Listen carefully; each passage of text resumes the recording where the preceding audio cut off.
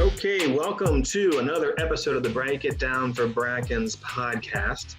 Today we have Jen Blumberg. She is a friend of mine, a friend of Jenny's. She's a bro. She's in bros and bras, rather. She's definitely a bra, not a bro. She's a professional dog runner. If you don't know what that is, it's similar to a dog walker that moves faster. And she's considering starting a business, walking dogs and running dogs for fitness, but I'll let her explain that. She's done over a year of market research here in Jefferson County, and she feels like it's a good move. So let's hear what Jen has to say about that. Jen, thanks and welcome to the Break It Down for Brackens. Thank you for having me. Great. So tell me about your background. Where are you from? Where have you lived? Your family, education? Well, I am actually from Washington, D.C., which is extremely unusual. Most people aren't actually from there. They just moved there at some point in their lives. But both of my parents are D.C. natives. They went to Calvin Coolidge High School. My mom even went to AU. And when they got married and had kids, we didn't move very far away. I grew up right outside of the city in Maryland. Lived there most of my life. I went to college in North Carolina, but I came back home afterwards and crashed with my folks for a few years. And then I moved out, lived in Maryland for a long time, thought I would live in Maryland forever. And Alan and my husband, we got married and ended up taking a little sideways journey to South Carolina. Lived there for 5 years and moved back in South Carolina. Right outside of Charleston in Somerville. Oh, yeah. Yes. And when we were looking to move back up to the DC area, my husband suggested West Virginia. I was not as keen on that idea. It took a little bit of selling. What did he know about it? Why did he recommend this area? So he ended up getting a job in Northern Virginia, and having, again, lived in the DC area our entire lives, we knew that real estate is really expensive. And we had used to live in Frederick, Maryland, and even to move back where we were was going to, one, be too expensive, and two, it would have been really like a super long commute for him. And Northern Virginia is ridiculous. We would have been in like a little tiny condo with 3 people and a dog and a cat. Who's the third person? Oh, my son, Caleb. He is 9. He's probably going to run around through here at some point, so don't be surprised. Okay. It's a lot cheaper to live out here. In South Carolina, homes are pretty inexpensive. So we had a really big 2-story home in South Carolina, and then moving back up this way and thought of downsizing as much as we would have to live in Northern Virginia just wasn't an option. So Alan really had done some looking around, and we'd always gone to like Harper's Ferry in that area and done hiking and stuff there when we lived in Maryland. Again, we didn't live that far from here. It was just wrapping my brain around the idea of living in West Virginia. I had certain notions of what that would be like. Right. Yeah. I was wrong about everything. The stigma's right. Yes, there is a stigma. And then we checked out Charlestown. I love my house. I love my neighborhood. I'm glad that we moved here. And then I have just met the most wonderful people since we've lived here. I feel very lucky, and I will tell people all the time, I have never been so happy about being wrong about something in my entire life. That's really I was sure I was going to be miserable, and turns out I was wrong. So how long after you moved to West Virginia did you find Bros and Bras? Which, if people don't realize, it's a social and fitness club that has about 25 monthly events where people get together and do walks or runs or hikes and socialize and stuff like that. It's a great way to meet people. But How long was it after you had moved that you found Bros and Bras? It was a few months because we moved here in August, and then like school and all that stuff started up, and I'm trying to remember, it was either like late fall, so maybe October-ish, that I came out the first time, because I don't feel like I waited till the spring, but I do remember my very first time coming out to a Bros and Bras event. And again, I was very wrong. It was a Thursday abolitionist run, but you guys were still having like a board meetings, I guess, because there was a board meeting at Abolitionist when I got there. And I didn't know anybody. And I walked in, and first it was like, oh, they're outside in the outside, the outside seating area at Abolition. I walk out there, and it's like they're having like a meeting. And I'm like, oh, well, I want to go interrupt that. So I go back inside, and I'm standing there, and I made Alan come with me because I was nervous about meeting people that I didn't know. Right. And I think the first people that were there, it was Jack and maybe Sandy and like some other older gentleman. And so like this was my first, I said to my husband, I said, I don't think this is the group for me. I thought it was just a bunch, God, this sounds terrible, a bunch of much older people. And I was like, I don't think this is the right fit. But I was like, but I'm gonna wait. We'll see what happens. And then more people showed up. And we did our thing, and that's when I found out like some of the people walk and some of the people run, and then that's kind of like that separation of groupings. And then we came back, and Alan didn't run, but he stayed at Abolitionist while we were out. And we came back, and then everybody went outside.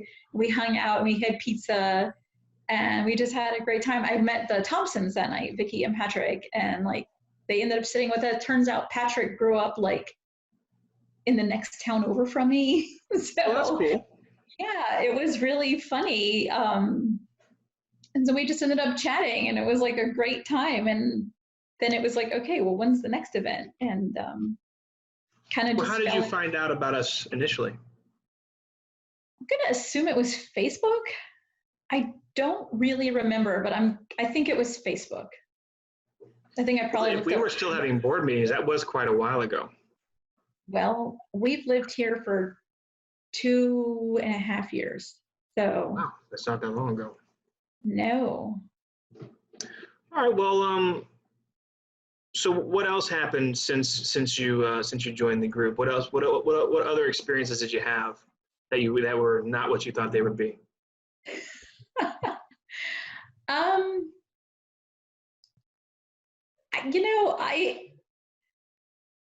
I've had nothing but positive experience. Like with this group, I have lived a lot of places. So a lot of places in Maryland, as Alan and I kind of, our relationship developed, we kept moving around. But I probably didn't join any sort of groups until we lived in our last house in Frederick. And because I was working full time all the time, and running was always like a little sideline activity for me. I was never a serious runner. I didn't get really into running per se until when I got engaged. A good friend of mine and myself, and we worked together, we got engaged like within a week of each other. And then like our weddings actually ended up being a week apart as well. And we had this idea to get fit for our weddings so we would like look great, we would start running, but neither of us had any sort of running background. I ran track in high school, but like not competitively. I did it as to have an activity after school. Sure. And so our running plan to get fit, I know you're going to love this being a runner, we would do 1 5K a month. That was our plan. That's 3 miles a month. I don't know what kind of exercise we. Oh, so it wasn't a 5K race that you trained all month for. It was just 3 miles per month. Yes. It's really silly when I say Yeah. So I hadn't ran. No. And I hadn't ran like for any sort of reason since I was in high school. But like, and I thought, okay, 3 miles, that's like, whatever, that's nothing. I mean, I was pretty young. I was 28, I guess. So the first 5K we signed up for, I'm like, that'll be no big deal. And I got out there and I ran the first mile. I did run. And then I walked most of the rest of it. And then I think I might have ran like that last half mile. It took me like, it was probably 45 minutes or so, close to an hour to do that first 5K. And I was like, man, this was a good idea. And my friend, she did better than me, but also she wasn't a runner. So she's like, we got to come up with a better plan. Like, our plan is not a good plan. So we found a local running group, which I lived in Montgomery County in Maryland. So we joined the Montgomery County Roadrunners. And I'm sure you're familiar with like Roadrunner Clubs of America. You know, it's all over the place. And that was a great group. It's much different than Bros and Bras. They like have a whole, they have like training plans, and you group out by paces. So like when you go on long runs, you're running with the same pace group. It's more structured, I guess, than like Bros and Bras. But it was good for me at the time because I hadn't ran in so many years and I literally had like zero clue as to what I was doing. And I met like a nice group of people. It was not social like we are. We were social in that when we would go on runs together, we would talk. And I stayed with them all the way through training for my first half marathon. And like that social aspect was probably the only thing that got me through that, because we would go on long runs and just talk about like whatever. But I didn't make like lifelong friendships out of that group. Then when we moved up to Frederick, and then Caleb was born, I joined Moms Run This Town, which is, again, it's another nationwide group. Yeah. But they didn't do a lot of activities together. Like we'd get together and do some runs. Then a couple girls in my neighborhood, we started our own running group. We were the Urbana Soul Sisters. But again, it was like, that was super casual. None of us had any idea how to run a running group. Like the girl who got the idea, she was like a collegiate level runner. Like she was super competitive. And like the rest of us were like, we're just moms. I do that. So it was fun though. And we got matching shirts. That was. Oh yeah. Yeah. You know, it's funny. I listened to the podcast you did with Pam. And it was funny to me that her running group was also named the Soul Sisters, and they had matching shirts too. It must be like a thing. It absolutely is a thing. That's part of what inspired our club, is matching shirts. I was like, it'd be cool if we could be like, we had like a flag and maybe like matching shirts, and we were like a fitness gang, and we could get fired up before a race. That'd be good. And then, but we wouldn't take it too serious because we go to the restaurant or a bar afterwards. We don't care who's winning. It's just more of let's be a really soft gang of fitness. That's what you were doing with the Soul Sisters. So was Pam. Yes. So was so many other people. It's but like, so her Soul Sisters was like a huge group. Ours was like, there was like 6 of us. Excuse me. Well, really, if you have 6 people show up, that is a successful outing as far as anybody's concerned. You know, that's. Yeah, and we even hosted one race. We did a turkey trot in our neighborhood one year. And we got it like timed and everything. It was like a big deal for us. I know. Who was in charge of that? So I don't know if I think they kept up with it. Who was in charge of that? The girl who started our group, but I don't think she lives in Urbana anymore.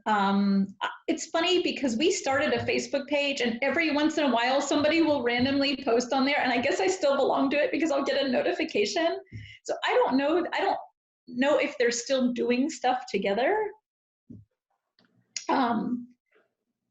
And then, so again, it was like we ran together, but it wasn't like a family per se. And then for our years in South Carolina, I tried joining the Moms Run This Town there, but it's based out of Charleston. So they did a lot of running stuff in Charleston. I lived like 45 minutes away from Charleston. Like, to drive there to meet up for a run was ridiculous. Somerville itself didn't really have a lot.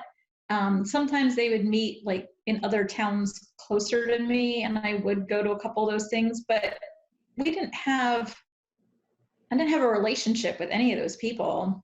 I lived in a huge neighborhood, and a few people in our neighborhood tried to start running groups. Nothing ever came out of those either. So when I moved here and found Bros and Bras, I don't know what I was expecting. Maybe more like all these other groups that I belong to, or it was like we get together for runs, but then outside of that, there's nothing. But again, I was really wrong. Yeah, there's a lot going on. Yes, and I love the fact that you guys really focus on the social. In fact, this summer, for the West Virginia Day 5K, my cousin was in town, and I like conned her to come do the run. And I was like, you need to come and do this thing. You have to meet my running group. And I showed her the Facebook page, or I think that's what it was. And she goes, Right. I love that it says social and fitness. Like they put the social first. And like she was the first one to like point it out to me. And I was like, but it's true. Like that's what I think the emphasis is. It's like the running is like a side event, but it's more about developing relationships. And through your group, I have made, in the short time, really, if you think about it, I have made like just great friendships. I consider like family, and I wasn't expecting that in the least bit, and so pleasantly surprised. Jen, it's not my group. It started off as my group, but that was literally 5 years ago, and that lasted for about 3 months. And as it grew into some people who were very dedicated to fitness and some people who were very dedicated to social, somehow, and I think Sarah Thompson says it best. She's like in podcast 6 or whatever. She says the fact that we go out for a walk or a run ties us together when we come back for the social. So instead of being on different sides of the aisle, Democrat, Republican, religious, not religious, for rock wool, against rock wool, all these different positions that you can hold in your life. She says that because we run together or walk together, we are tied together in that fitness and that activity when we spend time together. And it makes all other barriers not exist, because together we just walked 3 miles, or we just ran 3 miles, and it's a bonding that's really nice. And I never saw that coming, you know. And this group is you're what I love is that you're saying that 2 to 2.5 years ago we were so much more organized and we had to focus on stuff. Man, if you could have seen it in year 1.5, it had blown your mind. The amount of really fun socials we did, and the amount we had at that point, we had 55 events per month. It was almost double what we have now. It was absolute insanity, and it was growing incredibly. And it genuinely took 40 hours of my week in the summer. I was working with it 40 hours a week. And that's what led to the clubhouse downtown, and eventually led to the t-shirt company and us putting on the 5Ks and stuff that we were doing. But all that comes with having time. And knew a year before you even got here that I was going to be busy with additional work responsibilities and opportunities. So I was trying to find someone to step in as the new executive director, because back at that point we were a nonprofit, which is probably one of the biggest business blunders of my life, was making it nonprofit. But you got to learn, and that's okay. So I love that it's still organized, but it's still organized because of people like you, even though you may not want to accept it, but people like you, Amber, Jack, Bacon, Melissa Kerr, every leader, and there's probably 40 of them, that could say I'm a lead. They could personally say that they wanted to, I'm a leader of Bros and Bras, and they help keep the organization flowing forward. They keep coming up with the new ideas on things to do to challenge ourselves. And that's a real beauty in it. But it was different. It was different years ago. And what's really incredible and what's going to be fun to see is how when the quarantines and things lift and people start getting back out there, no matter how slow it is, I know that Bros and Bras will pick up exactly where it was. Like there's no squishing this. And I was actually talking to somebody a while back, and they've even been on a podcast. I can't remember, but it was more about what would happen if me and Jenny weren't here anymore. You know, would it still continue on? And I believe it would. And Jack, I believe, is who I was talking to. He believes it would also. And that rubs me right, man. I love that. I love the fact that it's so on its own. It's grown up. It's out of college. It's got its own family. It's got its own house. Doesn't even live near me. So it's not like coming back home all the time, but it can when it, you know what I'm saying? It's so mature now that I love that it would grow into whatever it is, and that people like you can move here, kind of see something on social media and come check it out and just be happy. And I'm sure some people aren't happy. Some people want competitive groups, and like, there's some competitive people, you know, Yeah. But like I said, a lot of the organization and the back end work shut down because I didn't have time. That's a nice segue into when people don't have enough time to walk their dogs. How you come up with the idea of Doggone-A-Run? Well, that's a good question. So when we moved back this area, from living in South Carolina, I had been working part-time down there. I have not had a full-time job since Caleb was not 10 months old. And now he's 9, so it's a long time. And I like the idea of being home for my child, you know, being here in the morning when he leaves to go to school and being home when he gets home from school. So when we moved here, originally I was going to find another part-time job. You know, I had no ideas in my head to start a business of my own. Go find something to do. In fact, I even went into Two Rivers to see if they were hiring. Like, you know, I'm not a serious runner, but I run. I'd gotten stuff there before. Kind of looked around and nothing was really biting. And, you know, Alan is like very patient and was like giving me freedom to kind of figure out what it was I was going to do. And he's like, but, you know, what's going on? You know, I don't need to be home all day. My son is at school. So I actually have no idea where I came up with the idea. Well then who was your first customer? How did it come about that you were available to walk somebody's dog? So I think what happened was I was trying to think about like things that would be helpful. Like, okay, I don't necessarily know what I want to do like for a part-time job. I knew like I've worked in so many different offices and stuff, and office work is not for me. It to me is like it sucks your soul out, like to sit behind a desk all day. And I did it for a long time. And I always knew like I'd rather be doing something outside and, you know, feeling like I'm making a difference to somebody or helping somebody out.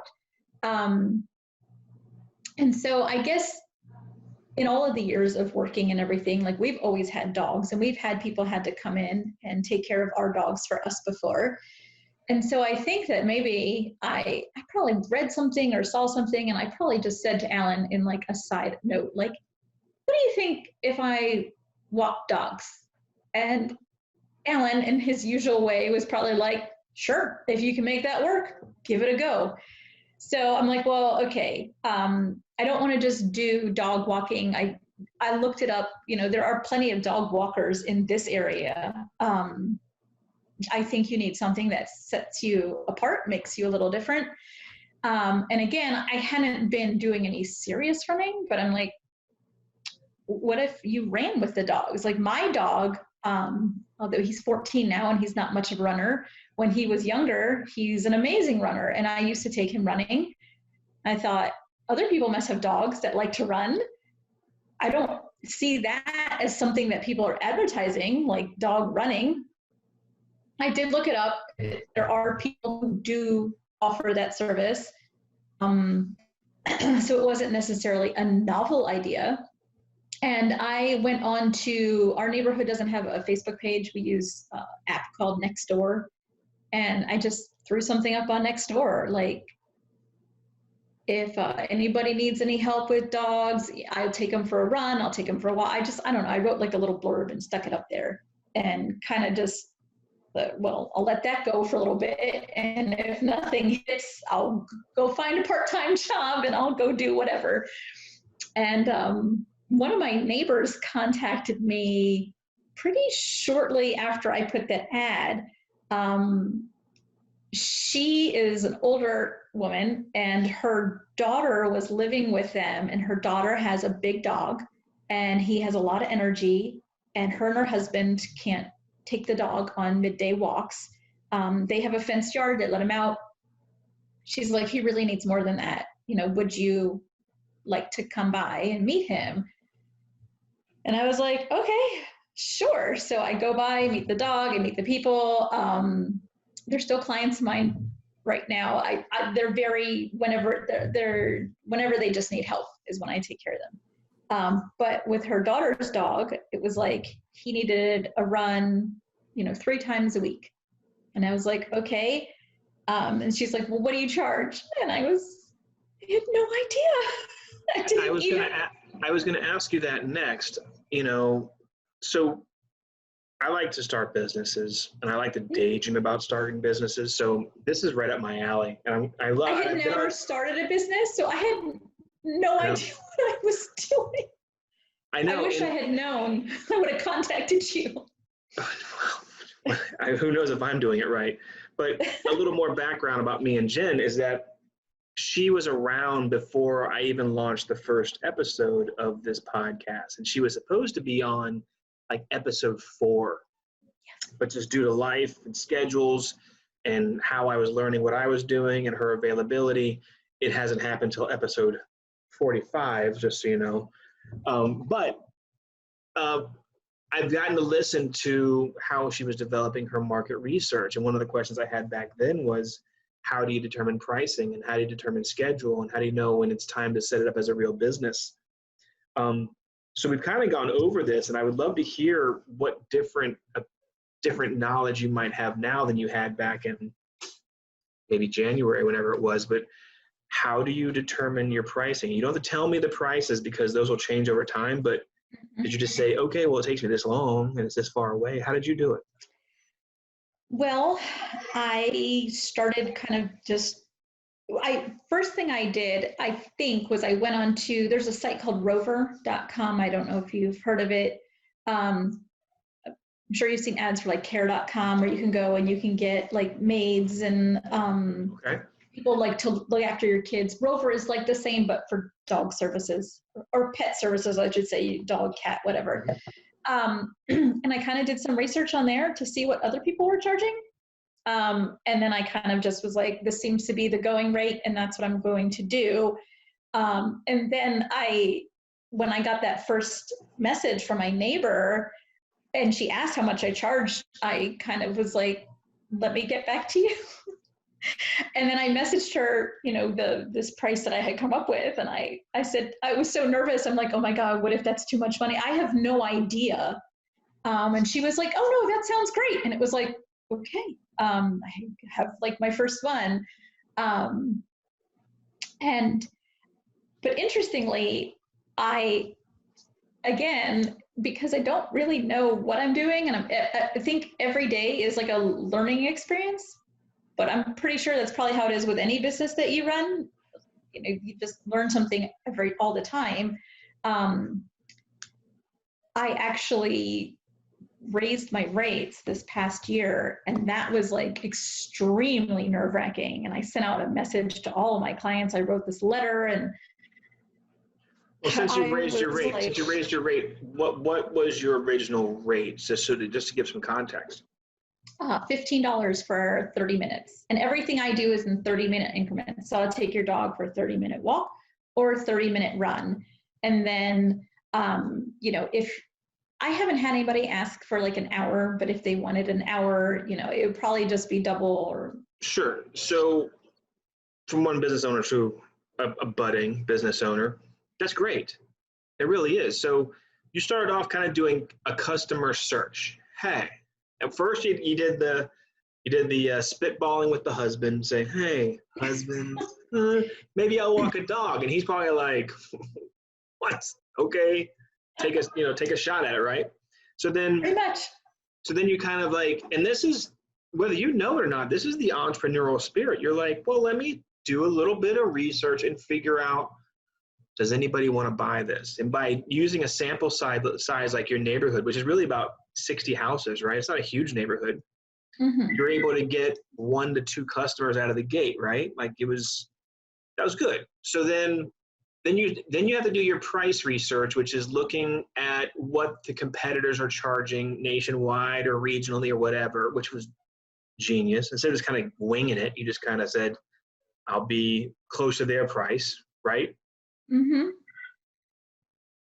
And for that sample size, that price seems right because, the drive far, or you could walk there. And then as most new business owners would do, they carry that pricing outside of their neighborhood. Yes. And then all of a sudden you're looking at drive times. And when you own a business, you have to, almost like a psycho, you have to stare at every number and the numbers you don't think of, right down to, okay, my normal clothes that I walk dogs in, I have 5 different pairs and they cost this much. And if I need them the last 3 months, or a year, you can break that down into the cost of every dog walk. But then you gotta look at travel times. If it takes you 10 minutes to get there and then 3 to 5 minutes to get in the door and get the dog leashed up, and then 30 minutes of walking, it's really that you're charging everybody almost an hour, including drive time, or 45 minutes, or the minute it steps into that second half hour, that becomes the second half hour. So then you have to adjust your price. And you'll tell me your price now, but I think it gives good perspective that you have to change your price because you were just trying things still. So that's really good. Yeah, the first few was those first few contacts I got every time that I messaged a client, my heart was like racing. Like, are they going to contact me back? I don't even know. So the first one was through Nextdoor, and then I used Rover to put an ad on there and that's where I got the first real group of clients. I had people contacting me through that app, and then I would hook up with them and go and do a meet and greet and go over everything. And I kind of felt like I was sort of figuring things out. There's still a lot of things that I need to do to make things more official. Oh, we're not there yet. We're not there yet. No, I still have more. I still have more foundation building questions. So, how long did it take you before you realized you had to raise your prices? It was after that first year, and I was starting to get so many. I was getting enough clients that there were certain days. I have clients that aren't every day. So certain days, like Mondays and Thursdays, I don't know what it is with those particular days, where I was literally running around like a chicken with my head cut off to try to get to my clients within a certain time frame, that I was like, if I don't raise my rate, that's not worth it to me. Right. I'm making crazy and it's not enough. And then I really started to entertain the idea also, I'm going to have to hire somebody to help. And so if I need to hire somebody, I also need to be making more money to do that. So let's say in the first 3 months from the day that neighbor said, yes, walk our dog, in the first 3 months, how many repeat customers do you think you had across kind of a very small region? In the beginning, it was like 5 or 6. It wasn't, I don't even know if it was that many. Maybe closer to like, yeah, maybe 4 or 5. How often were you walking the dogs? Most of those, they weren't every day, because I had like full days where I would maybe have 1 dog. I think on Fridays I had no dogs in the beginning. So most of them was like, I had like 3 days a week, one was 2 days a week. It was kind of like that. And a lot of them were in the same neighborhood. So I would like make sure like, okay, well, when I would meet with somebody else in that same neighborhood, I'd be like, try to make the days match up so I could just be there. Now, with the drive time thing that you were just talking about, so also in the beginning, and again, I'm sure as a business owner, you can that kind of anything that comes across, you'll take, because I'm not going to turn down anybody. So I did have somebody contact me that lived out in Martinsburg. Being new to the area, I didn't know how far away it was until I drove out there. So I had told her my price, and then I went out there, and when I got back, I was talking to my husband. I was like, it took me like 25 minutes to get there. Like, I don't want to tell her no, but I also like, that's not worth my time. And so I told her, like, I know I told you this price, but I'm like, with that extra drive time, this is what I'm going to have to charge you instead. And I was like, well, worst case scenario, she says no. Like, I don't lose anything either way, but she was fine with that. And so I ended up taking care of 1 dog in Martinsburg, and I had him like 3 or 4 times a week. It was kind of, her schedule was sort of wonky, and she worked in the evening. So it was like, I went out there in the evening time. It was like, okay, that worked. I'm like always so nervous when I tell somebody, I'm like, it's going to be this much money, that they're going to be like, no. So, I mean, I think like I have to, people bid my jobs, a homeowner will say, oh, we're talking to you and 4 other painters this week. And I'm like, I do an eye roll, because sometimes that means they're looking at the most affordable scenario. And I usually know that we're not going to be the most affordable scenario. And a lot of times you can get the kid in the neighborhood to come walk the dog for $10. You can. yeah. You can come over and walk the dog for $10. You don't know if they're walking them. You don't know what the deal is. You don't know what you're getting. Same thing goes with painting. Do you have a guy with a paint truck with all the right ladders and drop claws? Do they have licensing? All the things that make us legit is what makes us expensive. But you can get a guy to do the painting for $800, or you pay me for $2,200. And you're like, that's a big spread. Why? And usually the $800 comes with an enormous amount of headaches that you didn't know were going to happen. And I know, and we'll talk about this in a minute, I know that your service offers a lot more than a $10 kid walking the dog. So let's jump ahead for a second. When you were doing your market research over the last year or so, where did you max out? Where did you realize you had enough dogs and that this was a viable business? Probably, this pandemic is messing with me, because I'm like, I don't even know what month it is anymore. Right. Probably around the summertime. Summertime, things like tend to, strangely, would be opposite. You would think like more people would be home in the summertime and things would slow down, but in the summertime, like things just really ramp up. And I started having people contacting me about dog walking services, and I had to turn them down because I literally have no more time. And that is how many miles were you running, do you think, on your busiest months per day? There were days that I would run 10 miles and probably walk another 2 or 3 miles. There's a lot of days I was like, if you took everything, running and walking together, that I was easily doing a half marathon a day. Wow. I was very tired. I bet. And that's per day. Is that 5 days a week or 7 days a week? 5 days a week. I tend to not take care of dogs on the weekend. Just during the weekend, most people are home. Now I have some clients that, if they are away and they need help, I'll go and do it. But I prefer to keep my weekends free to spend time with my family. So That's good. Okay, so you realize in the summer that there's definitely enough volume. You realize throughout the week, throughout the year for the most part, not pending a quarantine, that there is enough business, enough work to make it a legit business. Some people would say, well, if you're just by yourself and you're only making a certain amount of money, just stay as a sole proprietor and just like you said, just kind of do it in your taxes and that's just how it goes. Or have you identified any benefits that allows you to be, that would make you want to be an LLC or an official business? Well, so over the winter, I spoke with my accountant, and we talked about a couple different options.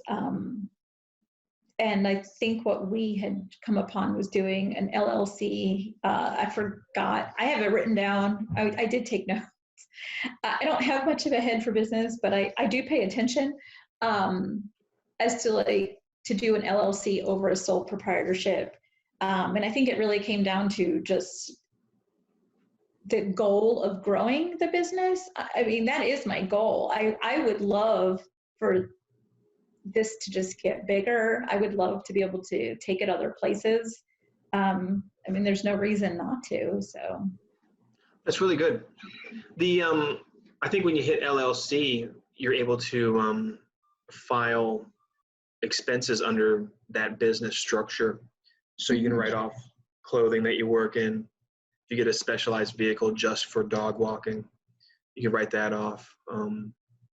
All your running shoes, it's very great. Yeah. You can write those off. So it allows you to show true profits and losses, and that can help you when it does come to tax time. It also helps you with liability. I know I put you in touch with a guy who had access to pet walker insurance. Yes. Right. Do you know anything about that yet, or is it still on hold? No, I need to give them a call. Okay. I'm not sure if those people are available. I don't even know who's still working anymore. My people are all still working. They're all the ones I referred to you. Yeah. Okay. And you know what? That is something that I'm going to put on my list of things to do. Well, here's the thing that sets you apart. You say, hey, not only am I a dog walker runner, I also carry this business insurance and this pet. Who even knows what that insurance does? But that makes you legit. And even though you make less in the beginning, being legitimate with all that sort of documentation and being a real company makes you that much more credible. So even though a lot of people are looking for the $10 person, some people are like, you know what? She's gonna be coming in our house, getting our dog. We know we can trust her. We know we're getting a better service. Is a big thing, and that is a huge thing that I have when I meet with new clients. Trust. I'm going in and out of people's houses. They're not home. They're giving me the key to their home. They're trusting me not only with that, but a lot of these people, like it's like trusting somebody with your child. And I do think that does set me apart as well. I mean, I'm not a teenager, obviously. I'm a parent myself. My husband works for the government in security, so I'm not going to do something stupid and get myself in trouble and potentially have my husband lose his job. I am more responsible than that teenage kid up the street. And I do think that makes a difference to a lot of people. Okay, so let's shift gears for a second then. I'm in the market for a dog. And if I get a dog and I realize that this dog needs more energy spent, I want to hire Doggone-A-Run. Tell me the process. I want to know, what's it like when I call you to hire you? What are the steps that are taken? And then I want to know, what do I actually get when I buy something from you, when I buy your service? Okay. So the first thing that I would do is schedule a meet and greet with you. I know you but I don't know your dog. I don't know how your dog is with you, with me, and outside. So I'll come over, we'll sit, we'll chat. And a lot of that talking part for me is kind of like observing the dog there and how that dog acts. I actually have had a situation where I've gone to somebody's house before to meet them, and their dog, he was pretty aggressive, and I was not comfortable. And the gentleman was very this is just how he is in the beginning. He'll be fine. If we just sit and talk for a while, he'll settle down. I'm like, okay, I didn't feel great. First of all, it was a Great Dane, so the dog was giant. And we were there and we were talking, and the dog did finally settle down. But then when we went to get up, the dog was immediately up. And again, it was unsettling. It's sometimes you have to go with your gut on things, and the whole situation, it didn't feel good. And I ended up turning them down for a business. But that's a lot of it is just am I comfortable with your dog? Is your dog comfortable with me when I come over? Is he coming up to me, sniffing me, and just being, it's okay. They want to be curious, but it has to feel right. Sometimes I'll be like, well, why don't I'll take them on a little short walk around the neighborhood. We'll see how that goes. I always ask a lot of questions about, how your dog is when you take him on a walk. How does he act when you come across other people and other dogs? These are all very important things for me to know.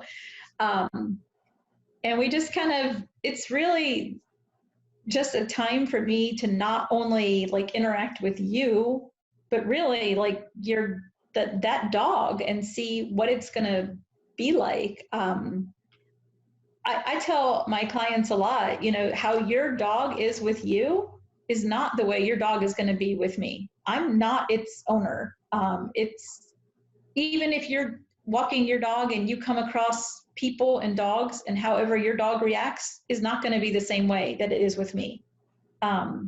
So I just need to know that I feel comfortable with that dog and confident that I can take him and that dog's going to listen to me or pay attention to me, and not make me feel like this is not going to work. And that's what that first meeting is all about. And then after that, let's say you come to walk the dog, what are other things that set you apart possibly from somebody else? Well, so what I do is when I come to your home, I wear my Garmin watch when I'm there. So I put the activity, I hit start so it records. So it does a GPS tracking of my walk or run with the dog. When I'm done, and I try to do it as soon as I'm done, but sometimes I don't send it until I get to my next client's house. I'll take a snapshot of what we did, and I always send a text message, and I'm like, this was our run today. I always put a little, we had a great run. Your dog peed X amount of times and pooped. And hey, No, that's great. That is absolutely awesome. About poop than anybody. But what I tell my clients is I tell you exactly what I would want to know. If somebody came to my house and walked my dog, I would want to know, did my dogs poop when they were out with you? Or am I going to come home to a potential mess in my house? Did my dog, and I'm sorry, this is going to be a lot about poop, but but look, this is unfortunately a big part of my job.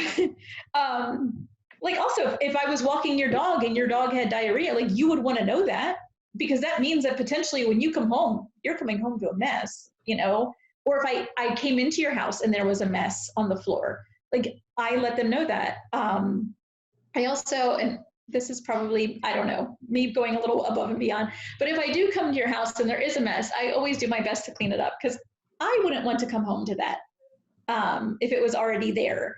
So I try, but I let them know. I try to give them all the information that I, as a pet owner, would want to have. And then they know exactly what we did. They have a little snapshot. I send them the little GPS map that we made. And so they know exactly what we did. and exactly what their dog did. And if anything strange happens, like, oh, while we were out today, we came across another dog and your dog got a little, a lot of times though, I just avoid those situations and nothing comes up. Well, what you're doing there with all of that reporting and cleaning up any mess in the house that you happen to come across when the dog's there, all that establishes value as to why your service would be superior to somebody else's for what they're paying for.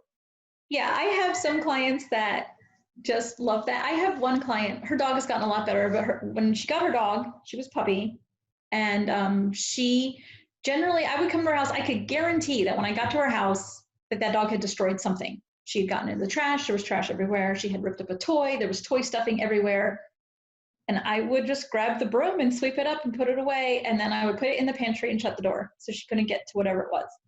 And when I would always take pictures of it, and I send it to my client. I'd be like, just so you know, when I got here today, this is what was waiting for me. And I'd be like, but don't worry about it. I already cleaned it all up. And that client, she loves me. Sure, I mean, she will tell everybody in the world to use me. I have clients who leave me tips. She always gives me tips. Because I don't know, like, to me, it's not a big deal. It's exactly what I would want somebody to do for me. If you came to my house and my dog had like ripped something up and it was all over the place, it takes 2 extra minutes of my time to just put it together and stick it in the trash. So, I mean, I guess I just see it as like what you should do. That's a very good service. No, that's what should set you apart. I love it. And then how do you determine what dogs can go what kind of miles? And like you said, you keep it at a half hour, but you figure it's getting to the door times. Is that basically 20 minutes of running for a dog? So basically almost 2 miles? So a lot of my dogs, the dogs that I run with, at first I thought I was going to determine it based on size, but that's not really a great determination, because I had a client, she has 3 beagles, and I ran with all her beagles. They love to run. So with all of my running clients, I do intervals. That way the dogs have time to like sniff around and be dogs. And I always start even if I run, we start every run by walking. So I give them 5 minutes of just walking, where they sniff, they do their dog things, they pee, their poo. And a lot of that I learned from my own dog, because my dog, if you run with him, he won't stop to go to the bathroom. He'll just run. He loves to run. And I have clients' dogs like that. And you almost have to make them stop so that they can go potty, because the whole point of me taking them, yes, is to get energy out, but also so they can go potty while their owners aren't home. So with dogs that are more energetic, and usually the bigger ones, I do 4-minute intervals. So we walk for 5 minutes, and then we run for 4 minutes, and then I walk a minute, and we do that for the 30 minutes. And then the smaller ones, and don't ask how I came up with these time intervals, because I literally just made them. With the smaller ones, we do the same thing. We walk for 5 minutes, and then we do 2-minute intervals. So I run with them for 2 minutes, and then we walk, and then 2 minutes, and then that goes on. But I have some dogs who they'll be like in the midst of like running, and then like a scent hits them, and they just like flat out put on the brakes, which is something you have to get used to too, because you're like, whoa, like those are my arms. So they kind of like, I sort of let the dog lead the way. Like if they want to just keep going, like, well, just, that's cool. So. Okay. So, I'm looking at my notes. I was taking some notes while you're talking. If you're doing a half marathon a day, running and walking, how's that wear and tear on your body? I've been pleasantly surprised. I think because it's like in small chunks of time, like there's very few days that at the end of the day that I'm like, I'm sore. I mean, I'm tired, and I eat a lot of food during the day. I found that's a huge thing. I have to bring a lot of snacks because I burn a ton of calories during the day. But like wear and tear wise, I haven't noticed like, oh, my knees are aching or my back, or hello, kitty cat. Yeah. I like I said, I've been pretty pleasantly surprised. I was uncertain of that as well when I first started. I mean, I'm no spring chicken, so I had concerns about how I was going to be. But I do think also because on the side with all this, like I was still doing running with Bros and Bras. I still go to every Tuesday run, at least as much as I could. I generally don't go on Thursdays anymore because, as I said earlier, for some reason Thursdays are one of my busiest days, and they're my most like run heavy days. Like on a Thursday, I'll easily have already run 7 or 8 miles. Like I don't want to go for a run that evening. I'm done. So, but even, and I don't know if maybe that extra running with Bros and Bras was helping too. I thought I was going to be the one with the animals in my face, but it's you. I know. This cat is definitely a part. This cat is definitely a part of the podcast now. He wants to be in everybody's business. He's totally blocking the other camera. So there goes my experiment. That's fine. That's fine. Yeah. Well, I don't have a cat anymore, but if I did, she'd probably be like right here in my lap watching you. So speaking of cats, do you do any pet sitting, or is it all just running? I do some pet sitting. Mostly it's for clients that I already have. But I've had some people again contact. I still have an ad up on Rover. I just keep it there. It doesn't cost anything to just post a thing on there. In fact, I haven't been on there in forever. So as far as I know, it's still up there. But I have had people contact me about oh, I'm going away for the weekend. Could you come over and feed my cats? And I've done that before. And I'll even do litter boxes. Again, I had 3 cats for so many years, and I had to have people come in and do those things for me. So I'll do that. It's just my preference, again, is to do the dogs. I like the running. I like the walking. But I like all animals. I've always had pets, and so I don't mind. So knowing that you were planning on getting your business set up as a legitimate business, both federally and through the state, how has the COVID-19 quarantine affected how your business is playing out right now? Well, for the most part, my business is pretty dead in the water right now. It's interesting though, when this first started, I was still doing dog walking. And when I say first started, I mean that my son wasn't in school anymore. So he was home, but thankfully Alan was already working from home. So I could still go out and work and he would be home. So my son wouldn't be home by himself during the day. I like your cat just looked right into the camera. I know. That's just how it is. And I was continuing to do dog walking, and I had some clients who were working from home, but they still wanted somebody, it still made it easier for them to have somebody come over. This was kind of in the beginning, West Virginia still had no cases. And I think that we were all still kind of figuring out where this was going. I even had one of my clients tell me I think that dog walking qualifies as an essential business. So if you want, you can still, continue. And I did. I continued my services all the way up till April 1st. That's when I just started to feel uncomfortable myself. I try to make it right now of everybody in my family that's going out, it's just me.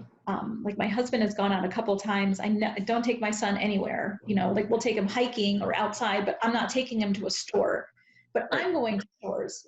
So, but I'm young and I'm healthy. I have a group of clients. They're all older. They're always home. Even when I go to get their dogs during the week, they're always home, but I take their dogs on a more spirited walk or a run that they can't do. So what if, God forbid, I went somewhere and I got exposed to something, but I was asymptomatic because I am young and healthy and I brought it into their house? Right. I really started thinking about that, and I was like, I don't want to be responsible. So then I made the decision, which was not easy, that as of April 1st, I was going to cut off my services. I do have a couple clients that have to work. They are considered essential. And so I have 2 clients that I am still helping out. We have like a whole system. They're not home when I get there, which is good. And like Clorox wipes by the door. I wipe down the leashes and everything. I do the doorknobs. It's a different world right now. It's crazy, and we're all like kind of figuring it out. It's scary though, because I also I don't know what this is going to do to my business when it's all done. I'm hoping that I won't feel any change.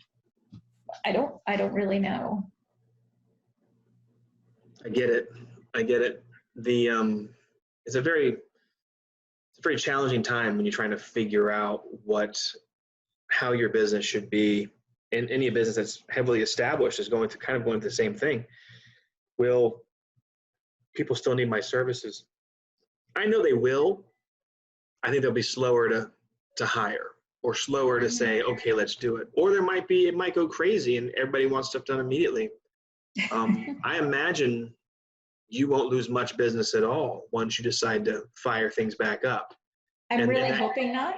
Yeah, and I think that comes down to, if I was a dog walker, just wearing gloves and a mask when you're in the person's house, and then take it off and then put it back on when you go back in. In my mind, It seems simpler, and there's going to be a bunch of probably federal regulations on how businesses need to be performed, and quite a bit more oversight, which will be a pain in the butt, but I really doubt that's going to trickle down to a service like dog walking. Or maybe it will. It's hard to say. I really don't know. It's a shame too, because as my husband pointed out the other day, things were really ramping up for me, to the point of hiring somebody to help me out. I was looking down all these avenues, and then this just slams a big door in your face. And nobody could prepare for this, right? No. There's no precedent. So. No, well, Jen, here's the deal. This is what I do.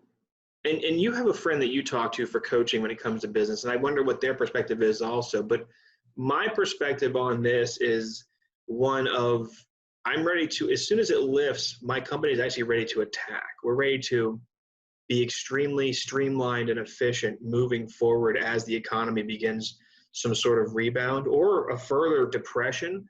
But ultimately, I'm positioning myself so that I know I can be 150% moving forward. I know that. And I think that's what you should be doing. You should be saying, hey, let's make sure my website's up. You take this time to build your website, to build your social media, to build how you, a more streamlined version of how you deliver the content through text message to people, or if it's an email. And then when you do go to hire people, are they going to be forced to wear the Strava watch? So spend this time looking for deals on Strava. You know what I'm saying? It's literally you're being given a pause button for your business. And although you're not making any money, this is extremely invaluable time that you will not have once it gets busy again, especially as you go legit. So this really should be your time of reflection and making it be the most badass Doggone-A-Run it can be. So interestingly, I was talking to somebody who is quite a accomplished business person who had mentioned, oh goodness, hold on. That's my vacuum cleaner. My robot vacuum is going off. Let me go turn it off. Okay. You want to say hi to the camera? Hello. Sorry, okay. It must be 3 o'clock. That's what time my vacuum starts vacuuming.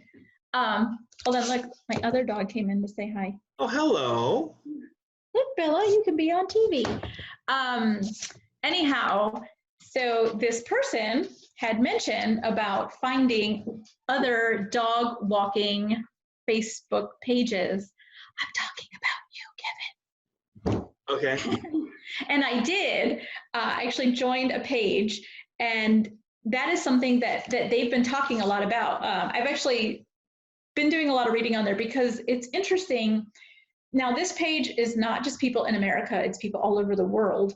And it is interesting how different people are doing different things during this pandemic. There are some people who are like, I'm just going to keep doing my job. I'm going to keep walking dogs. I'm going to do whatever.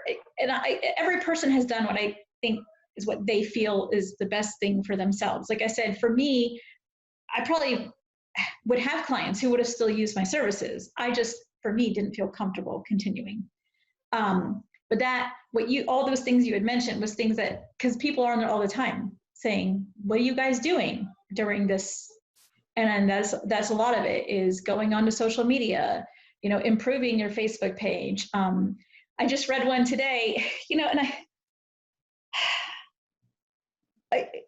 I get ideas to do things and then life happens and then it doesn't always work out, but even today I read and somebody's like, well, I send like a weekly just text message update to my clients. And I have checked in with quite a number of them, but I'm like, I should really make that like a once a week thing. Like, hey, how are you guys doing? Say hi to Rover for me. And I really miss seeing you guys. And I have been with some of my clients, I check in with them.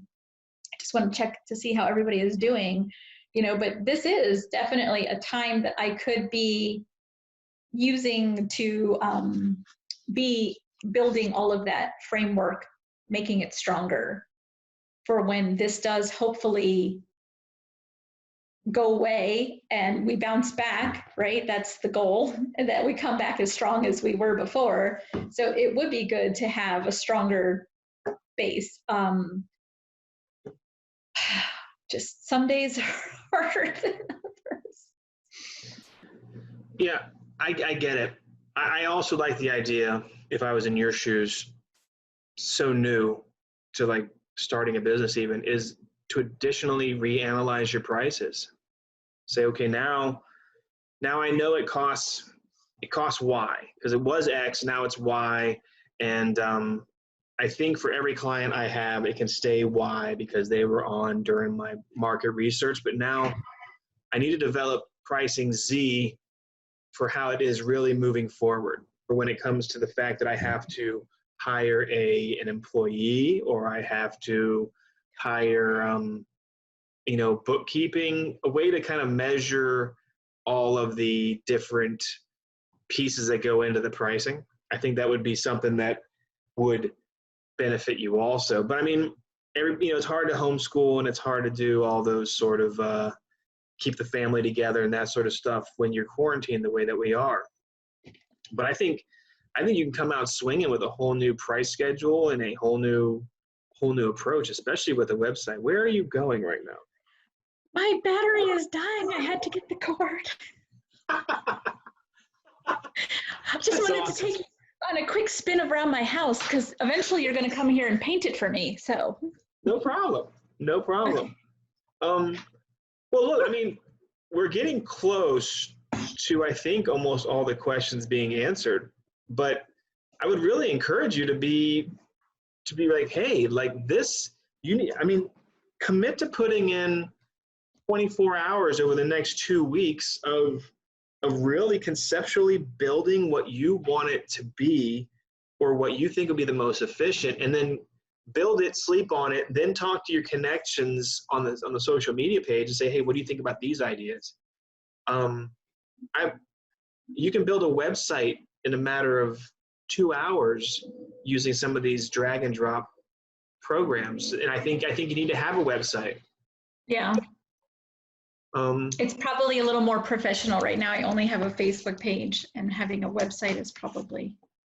Well, I can probably help you when it comes to website stuff, because I build them a lot and then I rebuild them. And then what's great about them is you can adjust them all the time.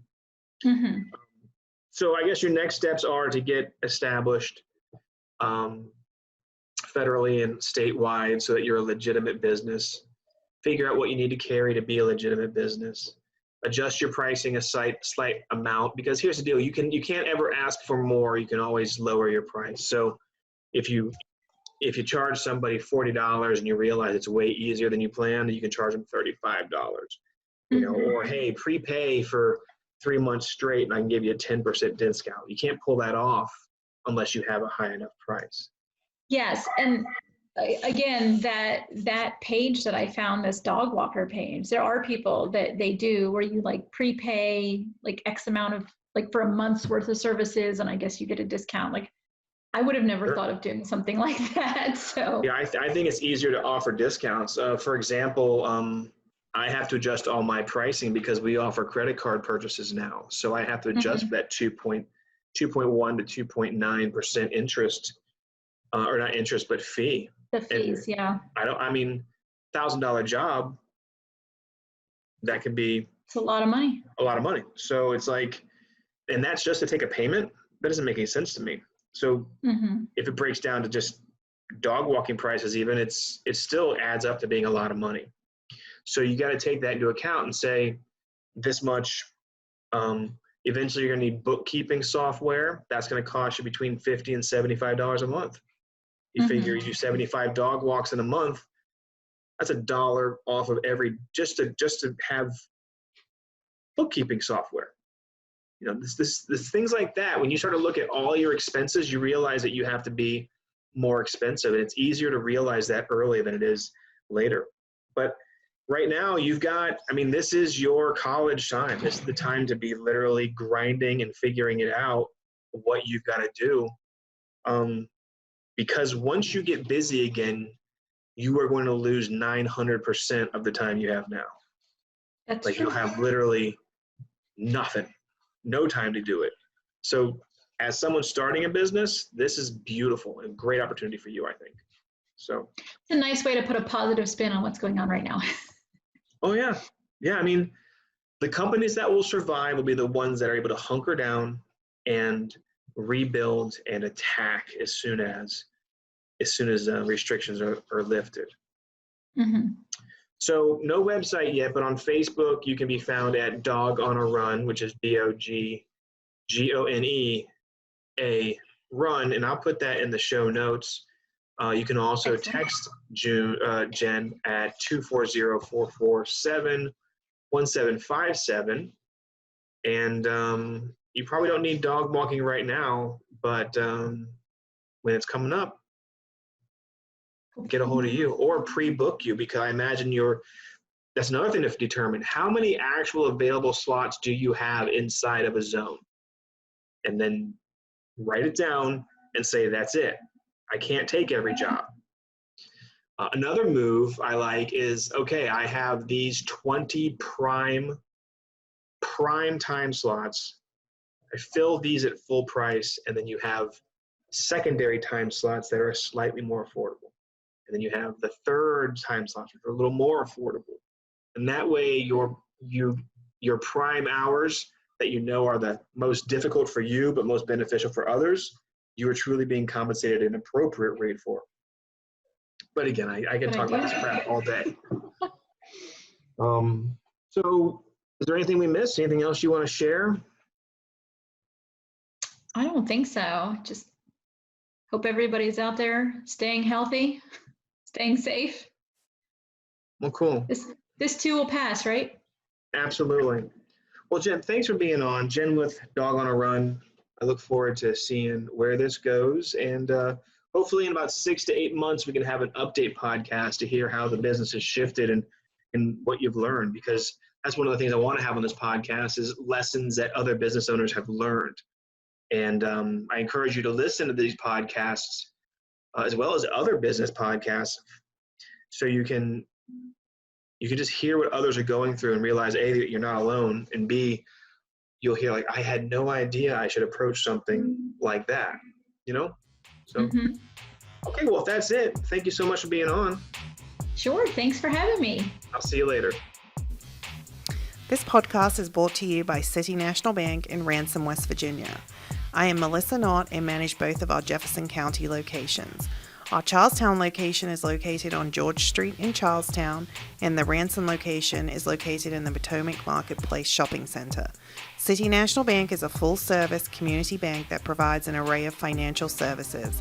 We offer a range of free checking accounts and savings products for both consumer and business customers. City National Bank offers competitive low-rate and low-cost lending products for both business and personal needs. Come and talk to me or one of my team members and get products and services that are tailored to fit your schedule and help you to achieve your financial goals. I can be reached at both the Ranson and Charlestown locations. Check out our website at www.bankatscity.com. Today's intro song is called Mean in a Good Way. It's written and performed by Peter Clark off of his album Peter Clark After Dark. Peter describes this song as being the best song to learn hula hooping to. Peter is an avid hooper and recently started a hula hoop repair business. If you ever need hula hoop repair, consider contacting Peter. You can reach him on SoundCloud. Just search Peter Clark After Dark.